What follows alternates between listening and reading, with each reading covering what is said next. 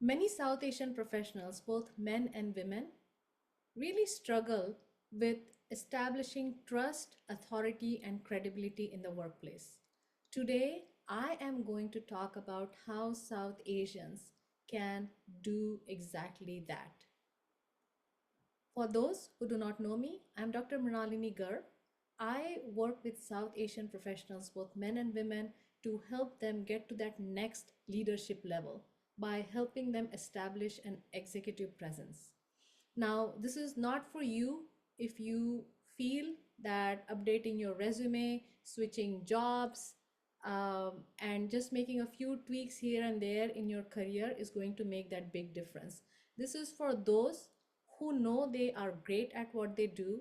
They know that they have bigger goals that they want to achieve, and they know that it is not going to happen by making a few tweaks in their career. If you are someone who is really dedicated to becoming that leader and eventually stepping out of the middle management box, getting to the VP, senior VP, and eventually in the C suite, it's for those. And just so you all know, I am going live using StreamYard. So I'm going live on multiple platforms such as YouTube, LinkedIn, and Facebook. Feel free to subscribe and get more in-depth information and hacks and tips on how you can get to that next level in your career. On YouTube, you will find more detailed videos, and I break down on how South Asian professionals can really shine in their career. There are longer videos and you can watch them there. On LinkedIn, I provide free resources and a discussion around what keeps South Asian professionals held back in their career. And on Facebook, I have a group where I do coaching in the group. So feel free, look up Unshackled Career Women and subscribe, and I will see you there. So let's dive into today's topic: how to build trust, authority, and credibility as a South Asian professional.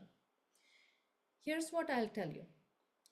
Before we can even dive into these topics, let's understand what it means. What it means to have trust. What does it mean to have authority? What does it mean to establish credibility? So, someone can trust you only if you are good at what you do. If you do not have the technical skills that you need, it's best to first develop them. Learn the things that you need to learn technically so that you get really great at those. Now, many times South Asians just get busy in getting those certifications and degrees, and there's nothing wrong with that. But sometimes you just go after that in the hope that that's what is going to get you to that next level. So at some point, you have to draw a line in the sand and say that, okay, I have enough knowledge, I have enough wisdom, I have enough expertise, and I am good. I need to do something else to get ahead in my career. So, trust is being really amazing at what you do. Whatever you need to do to learn the things, whether you are going for a certification, whether you are watching YouTube videos to learn the technical skills. If you don't know coding, learn coding. If you need to know a certain language, Java, whatever it is, do that. Salesforce, whatever it is, just get good at it. If you're an academician, become great at your topic. If you're in healthcare, understand the policies around healthcare, safety. Learn all those things and become great at it, because only then people will start trusting you. The next thing is, how do you build authority? What does authority mean?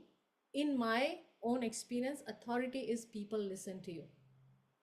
People listen to you. That's authority. If you are in a room, people actually are looking forward to hear every word that comes out of your mouth. So you know how to command the room. And how do you command the room? By advocating an idea that you have, or advocating a vision that you have that you want to share with everyone, advocating for the help you need from people. So basically, when you are in the room, you are commanding the room. And then the third thing is establishing credibility. When will people think of you as a credible person? When you actually do and accomplish what you claim you know.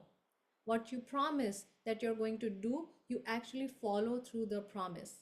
And when people see this happening over and over and over and over, that's when they start categorizing you as a leader. Now, as South Asians, we are good at building trust. We are brought up by our parents have emphasized that education is everything. Get educated and you will get the job and earn and have that stability in the family. So there's no problem there, right? When it comes to learning, we are great. We will go out of the way to learn the skills uh, that we need to know. So there is no problem there, right? We are smart, we are brilliant, we are excellent when it comes to that. We are also great when it comes to credibility. We will, burn the midnight oil if we needed to get things done. We will work on weekends, even on vacations, we'll bring our laptop with us and get things done. So there is no problem there as well. Whatever we say we will do, we get it done. And sometimes we crash deadlines and make things happen. Even if we don't have the authority, we will step out of our comfort zone and have the communication that we need to have and accomplish the project, bring it to fruition.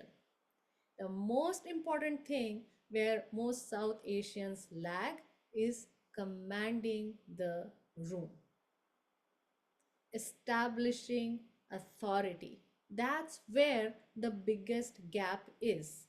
And here's the thing, if you're not able to establish authority, you are not seen as a leader. Now, how do you establish authority? Well, there is some level of authority that you accomplish with your qualifications, with your certifications, right? That right? You know how that job is to be done. So there is some level of authority, but that is not enough to help you accomplish as a leader. You need to advocate for your ideas. You need to share your opinions, even if they're unpopular. You need to interrupt somebody if you feel that their ideas are actually going down the wrong path or will take the company on the wrong path. And if somebody criticizes you, you need to be able to stand up for yourself. You need to be able to defend and say that, no, this is my stance. This is why it is correct. Now, where can this happen? This can happen when you are working with your team members, when you're working with people in different departments. But most important platform to establish authority is meetings. Whether it is your one-on-one with your boss, or it is team meetings, it is interdepartmental meetings, whatever it is, these are the platforms where you need to make your voice heard. Now, here's another thing. Again, technically, you're sound. So when you have to make a presentation, technically you will be perfect. You get A plus for that. The technical side of it, there's no flaw. If people ask you questions about that, you will be able to answer that. But for a leader, just having technical knowledge is not enough. A leader has to read the room. A leader must know who their audience is. What do I need to speak so that my audience will get on board? And there is no manipulation. It's just understanding your audience and giving them what they need. So, for example, if there is the CFO sitting in the room, the Chief Financial Officer, right? And you're talking about your project, which is, let's say it's some kind of a process improvement, right? And then you talk about we have improved the quality by 60%. We have reduced the throughput time by 8 hours, and you're going on and on about how you have improved the processes. But if you're not talking about the money, the potential savings or actual savings that your effort has made possible, the CFO has checked out. The CFO has no interest in learning all of this. Yes, it's good to know, but the CFO does not have the time to think about these things. If you give them, oh, this is how it impacts the bottom line, your CFO is gonna be, oh wow, this is great. That's amazing. That's a great job. Let's highlight this project. Let's bring this and see if we can apply this in other departments. Now the CFO is seeing you as a leader. So it's very important to understand who your audience is. So that's the very first thing. The second thing is knowing that not everyone is going to like your ideas. When you go in the meetings, the only option you keep in mind is, if I present my idea, everybody should agree on it. But if they don't like it, if they dislike it, if they criticize it, you have no idea how to actually address that. Now, to build that authority, you need to prepare for that no. When people are opposing your idea, how do you stand up for yourself? Are you able to create a middle ground where the two of you can meet? Are you able to have an open conversation with them and explain where you're coming from? Are you opening the space for them to come and meet you and say that I disagree because of this, this, and this? And are you then able to direct that conversation to something fruitful? If somebody intercepts your idea, do you know how to take the spotlight back on you? This is how you build authority. It has nothing to do with your English. It has nothing to do with your accent. It has nothing to do with your immigration status or your skin color. It doesn't.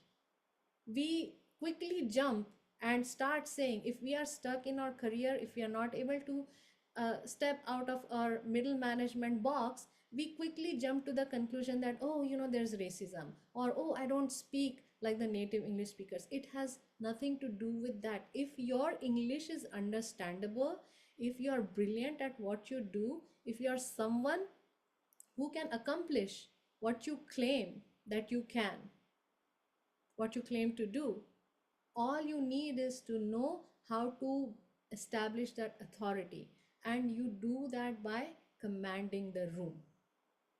Now, I am going to go deeper and deeper in how to command the room in subsequent videos, but here's what I need you to know. Meetings are the best medium to, or the best platform for establishing authority, because that's where you can make your voice heard. That's where you can make yourself visible. You cannot be seen as a leader if you take on the work, put your head down and finish it and work 14 to 16 hours a day, and then expect that the boss will praise you, expect that the senior leaders will praise you. Just creating beautiful reports and presentations is not going to help you command the room. And a lot of South Asians shy away from doing presentations. They shy away from speaking up in meetings. They believe that speaking up is confronting people. It really is not. It really is not. It really is getting a sense of who your audience is, and also knowing if somebody is trying to intercept your ideas, somebody is in a place of authority, how to really speak up even in their presence. Even if you're scared, how do you have the right kind of conversations so that they actually see you as a leader? So in summary, if you want to be seen as a leader, if you want to climb the ladder, the career ladder, and get to that next level in leadership, you need to have these three things: trust, authority, and credibility. And for most South Asians, trust is not a problem because they are excellent. They have excellent technical skills and they do what they say they will do. They put in way too much time to do that. So there's no problem there. The problem is authority. You need to know how to command a room. And as we go further, I'm going to talk more and more about how South Asians can command the room so they can establish themselves as leaders. They can be seen as leaders. A lot of the times, the feedback that South Asians get is that they are not seen as leadership material. They need to work on their communication and leadership skills. And this actually can happen in the meetings where you are taking a stand for yourself, where you are advocating for yourself. That's when people start seeing you as leaders. So if you have not subscribed yet, consider subscribing to my YouTube channel, join the Facebook group where I do coaching, and connect with me on LinkedIn if we aren't already connected. And if you need help, if you want to work with me one-on-one, schedule a one-on-one call with me. You will find the link below this post. And if you are a great fit, I would love to be a part of your leadership journey and help you get to that next level in a short amount of time. People spend years on it. We will, if we are a great fit, we will make sure that we get this done in the shortest amount of time. Until next time.